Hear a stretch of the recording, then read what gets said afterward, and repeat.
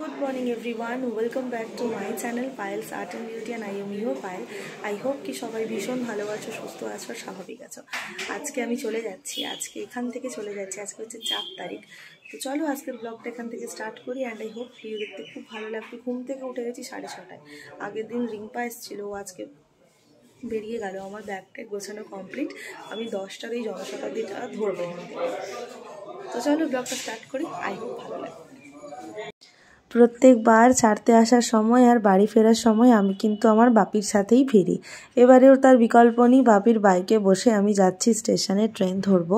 যদিও অনেকটাই লেট আছে আর আমার টিকিটও আগে থেকে কাটা হয়ে আছে, তাও আগে থেকেই একটু চলে যাচ্ছি। স্টেশনে হচ্ছে কাজ হচ্ছে, এবার আমি প্রত্যেকবারে আসলেই এখানে গুলিয়ে ফেলি যে 3 নম্বরটা কোনটা। এখনো ভাবছি 3 নম্বরটা কোনটা, সব গুলিয়ে গেছে। 3 নম্বরটা কোনটা মনে করতে পারছি না। ওটা জিজ্ঞাসা করবো, দিয়ে নেমে যাবো। দেখতে পাচ্ছ ওই দূরের ওই বিল্ডিংটা, এটা নতুন হয়েছে বেলদা স্টেশনে। পুরো ভাঙচুর করে দিয়েছে বেলদা স্টেশনটাকে, নতুন করে আবার মডিফাই হচ্ছে যে। এখনও আমার ট্রেন ঢোকেনি, অনেকটাই লেট করলো, প্রায় 15 মিনিট। আমার আবার খড়গপুর থেকে ট্রেনের টিকিট হয়ে আছে। বেলদা থেকে আমি দাঁড়িয়ে যাব খড়গপুর অবধি, খড়গপুর থেকে বসে যাব। যেটা নিয়ে ভয় পাচ্ছিলাম, আমার খড়গপুর থেকে টিকিট, আমি বেলদা থেকে খড়গপুর দাঁড়িয়ে যাব কি না, কিন্তু না, এখনও ভালো মানুষ আছে। একজন ছিলেন, উনি আমাকে বসতেও দিয়েছিলেন। ট্রেনে উঠেই একটা চিপসের প্যাকেট কিনে নিয়েছি।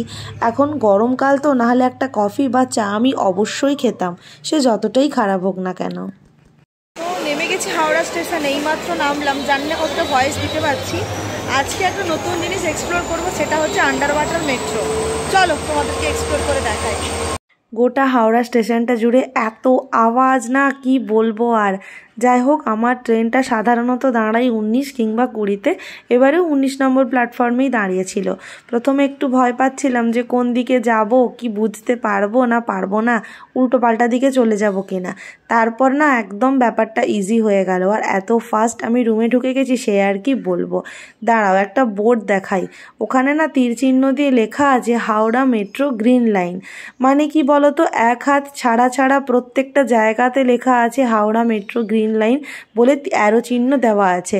তোমাদের চিনতে একটুও অসুবিধে হবে না যে মেট্রোটা ঠিক কোথায়। এ দেখো, হাওড়া মেট্রো গ্রিন লাইনে আমি চলেও এসেছি। প্রথমবার এক্সপিরিয়েন্স করছি তো, তাই এটাকেও আমি ভিডিওর মাধ্যমে তুলে রাখলাম। বাড়ির লোকের কাছেও পাঠাবো আর তোমাদের সঙ্গেও একটু শেয়ার করব। দেখতেই পাচ্ছ এখন 1:45 মতন ঘড়িতে বাজে। দেখো বেশ অনেকখানি কিন্তু নিচে নামতে হবে না, তবে সিঁড়ি দিয়ে তো আমি মোটেও নামবো না। সাইডে তো রয়েইছে আমাদের চলন্ত সিঁড়ি, আর ওটা দিয়েই আমি চলো এখন নিচে যাই, তারপরে দেখি কি ব্যবস্থা আছে বা না আছে। সুন্দর একটা অ্যাডভেঞ্চার এখন হবে। মুখ চোখ পুরো কালো হয়ে গেছে, এত রোদ, সে আর কি বলবো। তো চলো যাই, তোমাদের সঙ্গে শেয়ার করছি।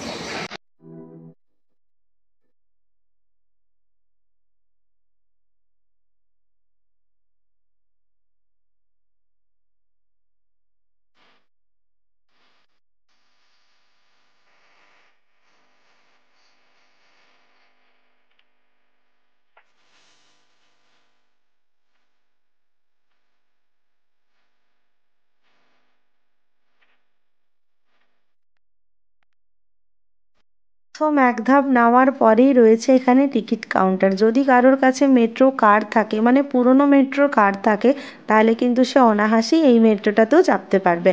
আমার কাছে কার্ডটা ছিল, বাট কার্ডে রিচার্জ ছিল না, তাই জন্য আমি চলে এসেছি টিকিট কাটতে। আর হ্যাঁ, তোমরা কিন্তু এখান থেকে ডিরেক্ট টিকিট কাটতে পারবে যেদিকেই যাও না কেন। আমি একদম টিকিট কেটেছিলাম দমদম পর্যন্ত।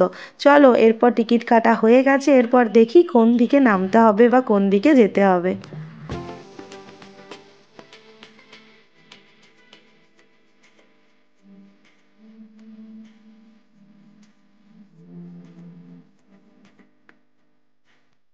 জানো তো, বেশ অনেকটাই নিচে নামতে হবে। প্রথম তো একবার চলন্ত সিঁড়ি দিয়ে নেমে আসলাম টিকিট কাউন্টারে, তারপর আবার একটা চলন্ত সিঁড়ি ধরে এখন নিচে যাচ্ছি।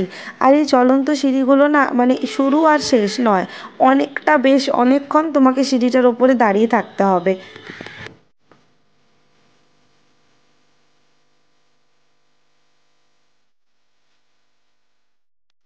সেকেন্ড জ্বলন্ত সিঁড়িটা দিয়ে নামলাম, এটা হচ্ছে থার্ড জ্বলন্ত সিঁড়ি। বুঝতে পারছো ঠিক কতটা নিচে নামতে হয়েছে বা কতটা আন্ডারগ্রাউন্ডে আমাদের যেতে হয়েছে।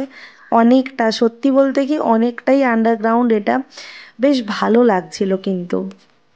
প্রচণ্ড পরিষ্কার পরিচ্ছন্নতা এখানে মেনটেন করা হয়েছে। আর যেহেতু নতুন মেট্রো ওপেন হয়েছে, তাই প্রত্যেকের বুঝতে অসুবিধে হচ্ছে কোন ট্রেনটা কোন দিকে যাবে, কিভাবে যাবে।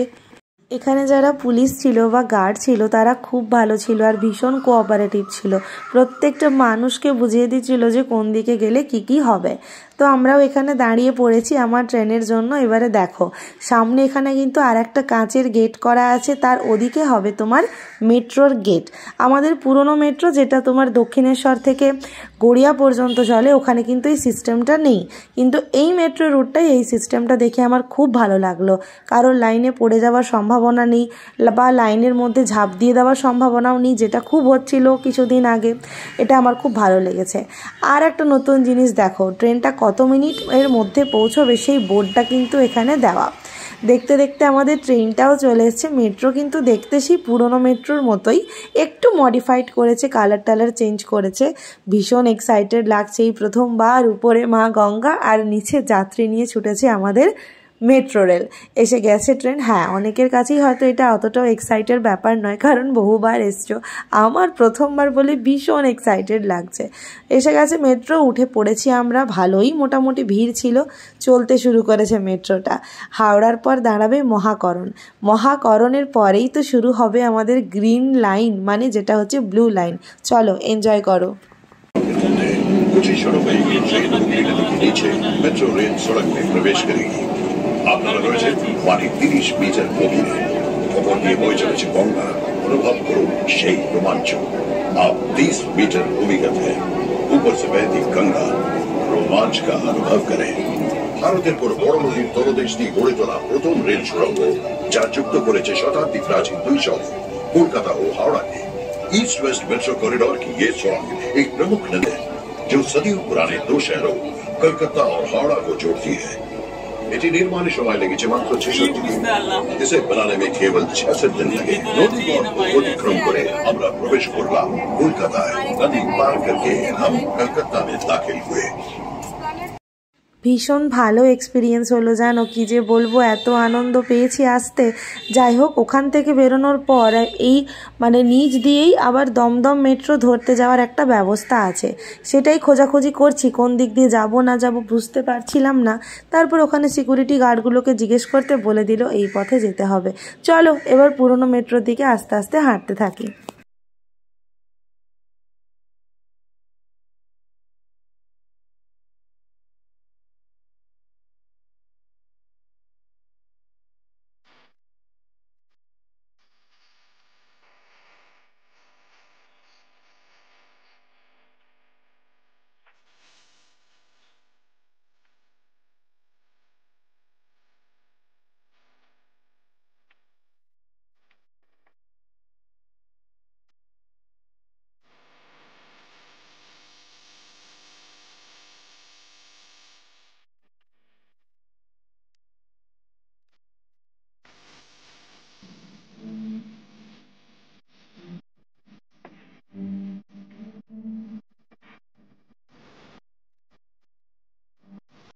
এইসব কাজ যে কবে কিভাবে হয়েছে কে জানে বাবা।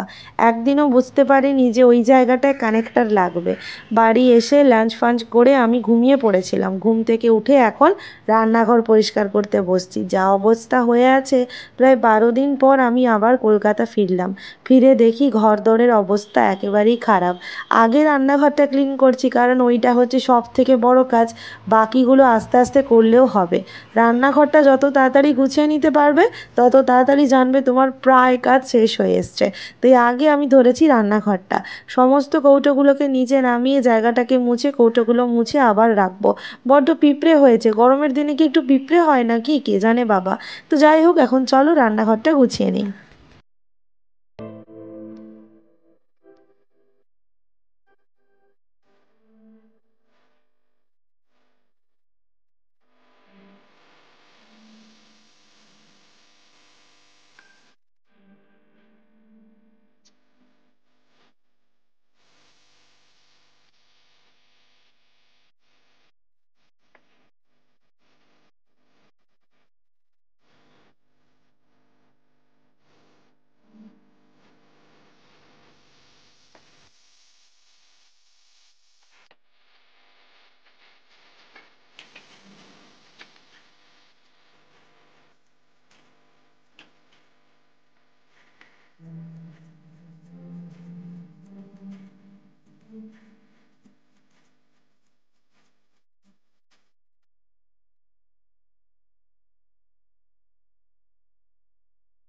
বাড়ির থেকে যা যা জিনিস আনা হয়েছিল ওগুলো ও একটাও প্যাকেটের মধ্যে ঢালেনি।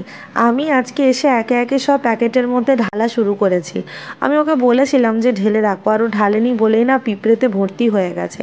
এক্সট্রা কিছু জিনিস থাকে যেগুলোকে আমি এরকম একটা ঝুড়ির মধ্যেই রাখি। ইচ্ছে আছে পরবর্তীকালে এই রান্নাঘরটাকে মডিউলার করার, তবে এখন নয়, এখন কিছু বছর পর। এই ফ্ল্যাট কেনা হলো তো তাই। বাড়ির থেকে প্রায় সব জিনিসই আমরা নিয়ে চলে আসি, কিছু কিছু কলকাতাতেও কিনি, তো সেগুলো এখন কৌটোতে ঢেলে চলে এসেছি গ্যাসের এইখানটা পরিষ্কার করতে। এই যে 12 দিন ও রান্না করেছে, খেয়েছে, যাই করেছে, গ্যাসটাকে একদিনের জন্য মোছেনি। কখনই বা মুছবে? সকালবেলা অফিস চলে গেল, সন্ধ্যাবেলা অফিস থেকে এসে এত কিছু করতে কি ভালো লাগে? কারোরই ভালো লাগে না।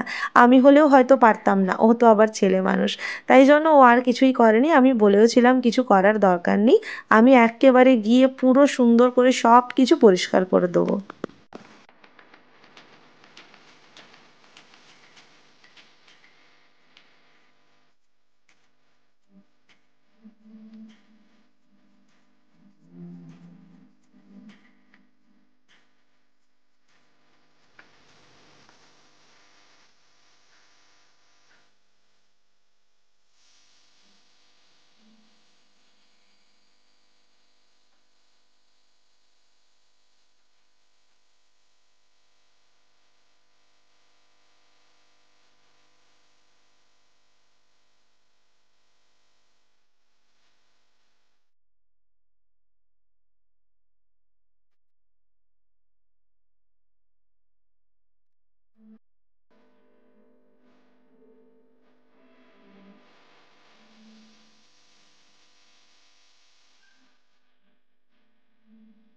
আমি কিন্তু প্রত্যেক দিনই গ্যাসটাকে এইভাবে সুন্দর করে মুছি, তাহলে না তেলের যে চিট ভাবটা ওটা হয় না। আর একবার যদি তেল চিট ভাব পড়ে যায় সেটাকে ওঠাতে যে বড্ড কষ্ট হয় সেই আমি খুব ভালো করেই জানি।